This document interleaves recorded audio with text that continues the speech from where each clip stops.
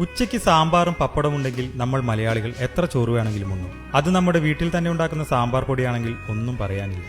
ഇന്ന് പലരും സാമ്പാർ പൊടി തയ്യാറാക്കുന്നത് അവരുടെ വീടുകളിൽ തന്നെയാണ്. കാരണം അതിന്റെ യഥാർത്ഥ രുചി ലഭിക്കണമെങ്കിൽ നമ്മുടെ വീട്ടിലെ പാത്രങ്ങളിൽ തന്നെ ഉണ്ടാകണം. ഏതു തരം ഭക്ഷണമാണെങ്കിലും നമ്മൾ ഉദ്ദേശിക്കുന്ന രീതിയിൽ രുചി ലഭിക്കണമെങ്കിൽ നാടൻ രീതിയിൽ തന്നെ അവ പാകം ചെയ്യണം. ആദ്യകാലങ്ങളിൽ വീടുകളിൽ സാമ്പാർ ഉണ്ടാക്കിയത് എങ്ങനെയെന്ന് പഠിക്കാൻ നിരവധി ആളുകൾ ശ്രമിക്കുന്നുണ്ട്. കാരണം ഏതൊക്കെ തരം സാമ്പാർ പാക്കറ്റ് വാങ്ങിയാലും അവയ്ക്കൊന്നും അതിന്റെ യഥാർത്ഥ രുചി തരാൻ കഴിയുന്നില്ല.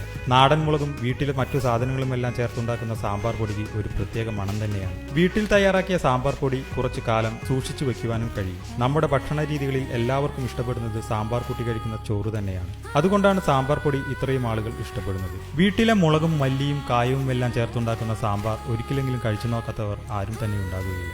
ഇപ്പോൾ ഭൂരിഭാഗം വീടുകളിലും പാക്കറ്റ് സാമ്പാർ ഉപയോഗിക്കാനുള്ള കാരണം അവ ആർക്കും തന്നെ വീട്ടിലുണ്ടാക്കുവാൻ അറിയാത്തതുകൊണ്ടാണ്. സാമ്പാർ പൊടി പല സ്ഥലങ്ങളിലും പല ആളുകൾ പല രീതികളിലാണ് തയ്യാറാക്കുന്നത്. അതുപോലെ തന്നെ സാമ്പാർ പൊടിയിൽ ചേർക്കുന്ന സാധനങ്ങളുടെ അളവിലും വ്യത്യാസമുണ്ടാകും. അപ്പോൾ നമുക്ക് യഥാർത്ഥ സാമ്പാർ പൊടി എങ്ങനെ ഉണ്ടാക്കുന്നതെന്ന് നോക്കാം.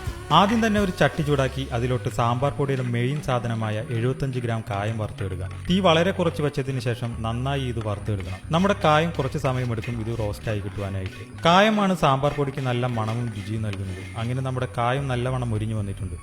അടുത്തതായി 200 ഗ്രാം മല്ലി വറുത്തെടുക്കുക.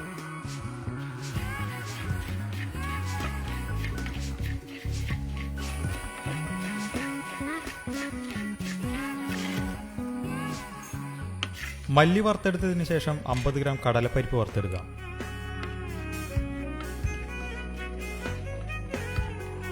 കടലപ്പരിപ്പ് 1 മിനിറ്റ് ചൂടാക്കിയതിനു ശേഷം ഇതിലോട്ട് 50 ഗ്രാം ഉഴുന്ന് 50 ഗ്രാം ഉലുവ ചേർത്ത് വറുത്തെടുക്കുക. സ്പൂൺ അളവിൽ പറയുകയാണെങ്കിൽ 5 ടേബിൾ സ്പൂൺ ഉഴുന്ന് 50 ഗ്രാം തൂക്കമുണ്ടാകും. അതുപോലെ 3 ടേബിൾ സ്പൂൺ ഉലുവ 50 ഗ്രാം തൂക്കമുണ്ടാകും. അങ്ങനെ നമ്മുടെ കടലപ്പരിപ്പും ഉഴുന്നും ഉലുവയും വറുത്തുമാറ്റിയതിനു ശേഷം 50 ഗ്രാം വറ്റൽമുളക്, കൂടെ നമ്മുടെ സാമ്പാർ പൊടിക്ക് നല്ല കളർ കിട്ടുന്നതിന് വേണ്ടി 50 ഗ്രാം കാശ്മീരി മുളക്, 10 തണ്ട് കറിവേപ്പില ചേർത്ത് നല്ലവണ്ണം ചൂടാക്കിയെടുക്കുക.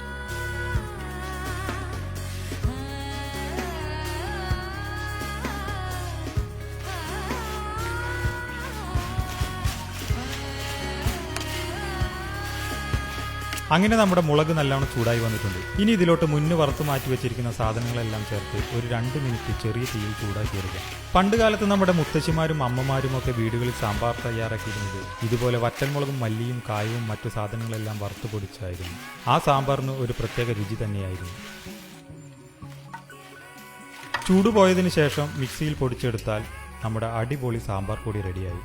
അപ്പോൾ ഈ വീഡിയോ നിങ്ങൾക്ക് ഉപകാരപ്പെടുകയാണെങ്കിൽ ഫ്രണ്ട്സിനും ഫാമിലിക്കും ഷെയർ ചെയ്ത് ഈ പേജ് ഫോളോ ചെയ്ത് സപ്പോർട്ട് ചെയ്യുക.